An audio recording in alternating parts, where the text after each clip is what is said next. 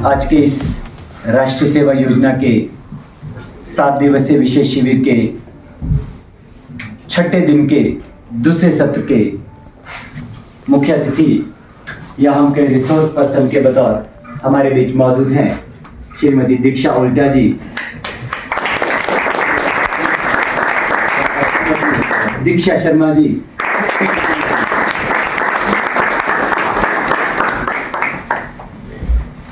हमारे लिए सम्मान का विषय, जैसे मैं परसों भी आपको कह रहा था कि हमारे विद्यालय में बहुत सारे ऐसे अध्यापक हैं जो पूर्व में भी राष्ट्रीय सेवा योजना के कार्यक्रम के बतौर अपनी सेवाएं अपने पुराने स्कूलों में दे चुके हैं और उनमें से श्रीमती दीक्षा उल्टा भी एक है।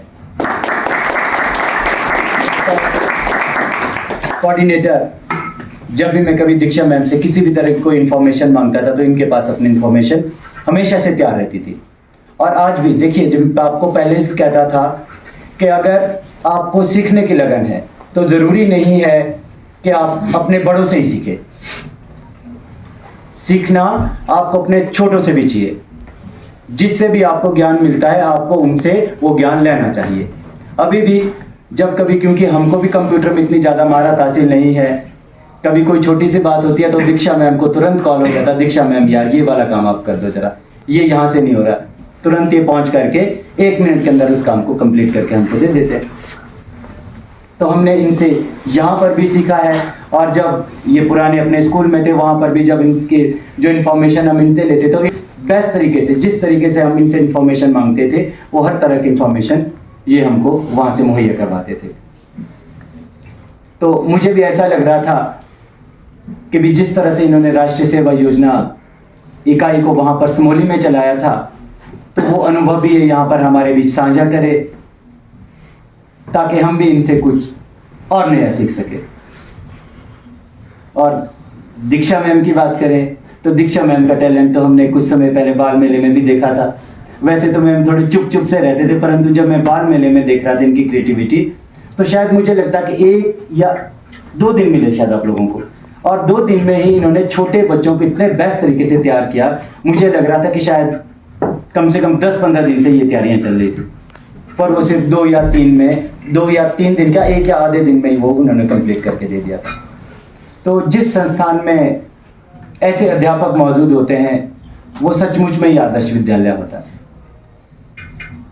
तो हम सबको फक्र महसूस होता है कि भी हमको ऐसे महिला वर्ग के साथ काम करने का मौका मिला।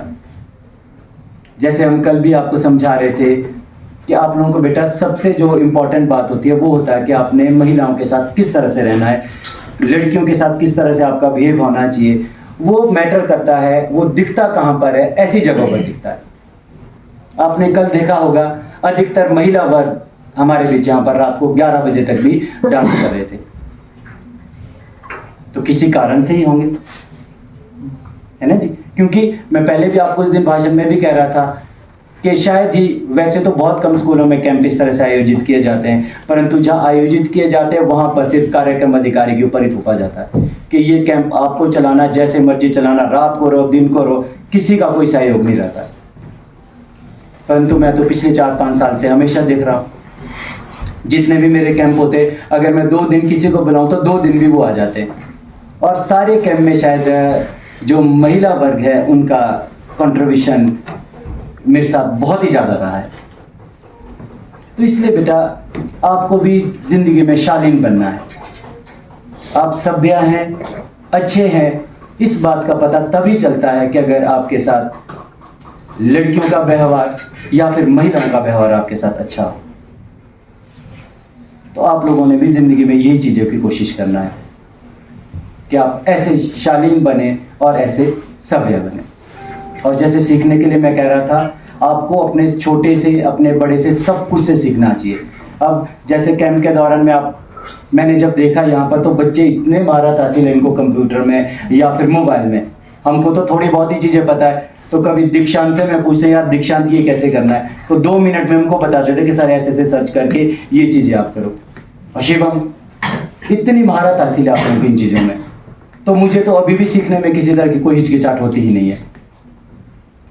मैं इनसे बार बार पूछता हूँ ये बताओ तो मुझे जरा आपने ये कैसे किया। यही उम्र होती है सीखने की और बात करने की, पूछने की। अगर आप इस उम्र में हिचकिचाओगे तो शायद जिंदगी भर आप कभी भी अच्छे तरीके से बात ही नहीं कर सकते। हम अगर अपनी बात करें तो हम भी एग्जैक्टली आप ही लोगों की तरह थे, बहुत कम बातें करते थे। तो कभी प्रॉपर तरीके से जो एक बेस्ट तरीके से होता बात करना, वो अभी तक भी नहीं सीख पाए। कभी ना इस तरह के कोई प्लेटफॉर्म मिले कि जहां पर आकर के आपको आगे कुछ बोलना है, तो वो चीज़ें भी नहीं मिली। तो मुझे तो, अगर मैं कहूँ, मुझे तो ये सब कुछ राष्ट्रीय सेवा योजना की वजह से ही जो बोलने का, मुझे तो ये भी पता नहीं था, मैंने पहले भी आपको कहा था, मुझे तो ये भी पता नहीं था कि भी माइक पर हेलो कैसे बोलते होंगे। मुझे लगता था यार जब आदमी माइक पर जाता होगा ना तो जो अगले वाला वर्ड है वो कैसे निकलता होगा बात करते हुए। तो जब तक वो प्लेटफॉर्म नहीं मिला बात करने का या फिर कहीं एंकरिंग करने का या भाषण देने का, तब तक आपके अंदर क्या था वो पता ही नहीं था। तो इसलिए कोशिश करें, जो भी आपके अंदर टैलेंट है उसको बाहर दिखाएं ज़रूर, बंद कमरे में उसको मत रखें। जैसे मैं परसों कह रहा था, वो कौन से वाली आपकी किक, बीट बॉक्सिंग। तो जब मैं आप लोगों के बीट बॉक्सिंग वाला टैलेंट देख रहा था ना, तो मैं तो बहुत ही हैरान हो गया। मैंने तो सिर्फ वो एक इंडियन आइडल में देखा था, उसमें कोई एक आता ना वो लंबे लंबे बालों वाला रैपर टाइप जैसे, है ना। तो इनको जब मैं देख रहा था रैप करते हुए प्लस वो आवाज़ निकालते हुए, कुछ का तो लगता कि चले ये तो थोड़े खुले विचारों के, मान लो अपना अभिनव हो गया, अंशुल काम का गुलने मिलने वाले हैं।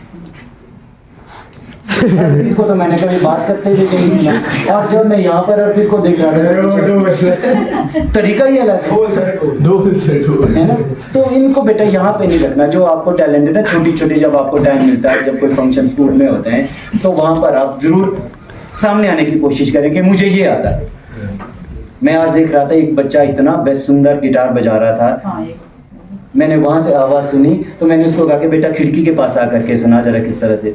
तो जो सूरज गा रहा था और वो गिटार बजा रहा था, तो ऐसे लग रहा था जैसे कोई सीखा हुआ आदमी ऐसे गा रहा है। तो अपने अंदर के टैलेंट को बाहर निकालने की कोशिश जरूर करना। तो आप दोनों का एक बार फिर से मैं धन्यवाद करना चाहूँगा।